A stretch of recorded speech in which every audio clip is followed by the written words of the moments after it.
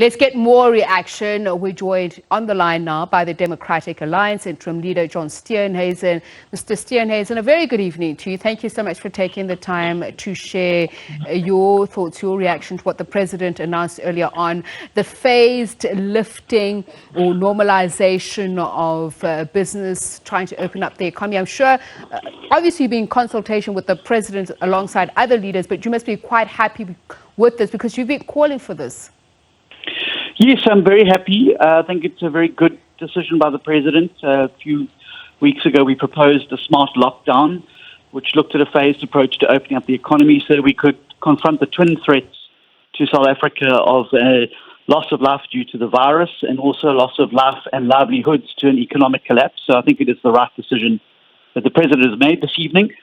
But of course, it's going to be completely underpinned by the ability to roll out mass testing, tracing and tracking, which will then be able to inform how you move through the various stages. If we don't radically ramp up to at least 17,000 a day of the testing and make sure we work on the turnaround time of the test results, it's going to make it very difficult to implement in practice. So we're going to have to radically focus on doing those things.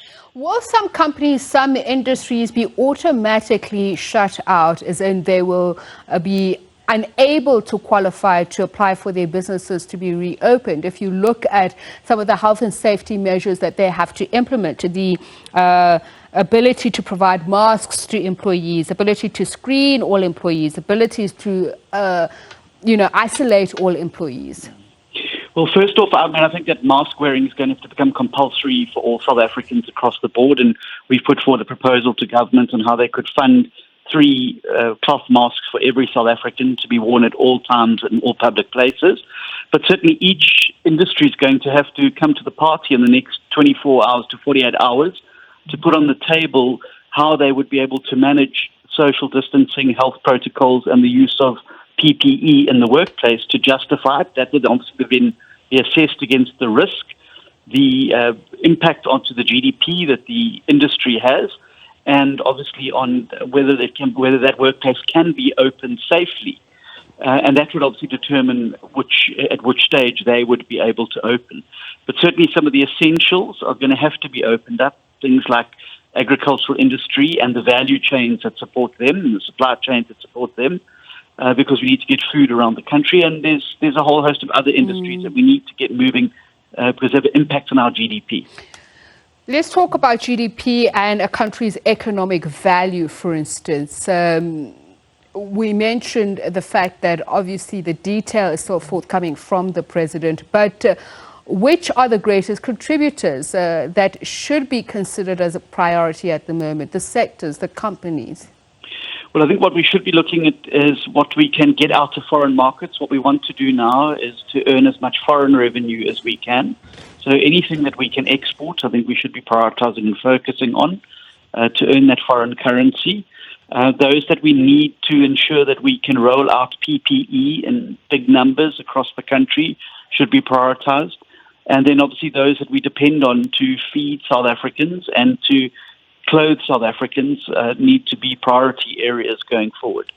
Okay, so I want to just look at some of the sectors, and if we're going to come up with a scorecard, for instance, so obviously some would consider themselves essential services. If you look at plumbing, some professional services, for instance, if you look at some hotels and restaurants, if they look at how their order of their business is curated, how do you separate the wheat from the chaff? Well, it's all going to come down to whether you can practice social distancing in the workplace or not. So let's take a restaurant, for example, seeing you raise that. It would be very difficult for a restaurant, for instance, to practice social distancing. And the time, certainly for the next 12 months, where people will congregate in large numbers in a single place, I think are past. And so there's still going to be social distancing. But there's no reason why in a yellow or orange stage, a restaurant could not open its kitchen for collection or home deliveries. So it would depend on how you would amend or adapt that business to operating. So instead of having people sitting and congregating in a restaurant, they could produce food for people to come and collect or to drop off. So each industry will have to look how it's going to adapt to the COVID world that's going to be facing us now. So, as you were speaking for the benefit of our viewers, when you're talking either whether they're in the yellow, red, or orange stage, obviously you're talking about the risk measures and the levels which the president mentioned earlier on. I want to talk about, if you look at some of these industries, and I'm going to talk about recycling. Labor absorbent industries would be important if we try to improve the lot of people, especially those who are most affected by this. A lot of them are in the informal sector. Would that be an industry that you'd look at, for instance? Well, any labor-intensive industry would have to be looked at, because what we want to do is protect both lives and livelihoods. And what you don't want to do is have a jobs bloodbath on your hand. We already have 10 million South Africans who are unemployed. You don't want to add to that going forward, because it puts an even greater burden then on the social spend of the country. So you want working, productive South Africans, and because that is important for the economy to grow. But you would have to then balance that labor-intensive work again, whether it is possible to social distance. So yes, in a warehouse, for instance, it may employ a lot of people. You could practice social distancing. On an assembly line, you could practice social distancing. In a CMT factory, for instance, you can do it. You can separate people. But there are going to be some industries where it's just not possible, and they're going to have to struggle on a little bit longer till the virus is past us. And which would you pinpoint as falling within that category? Well, it's anywhere where large people congregate in big numbers, and so let's look at the conferencing industry. Let's look at weddings. Let's look at funeral parlors, funeral planners.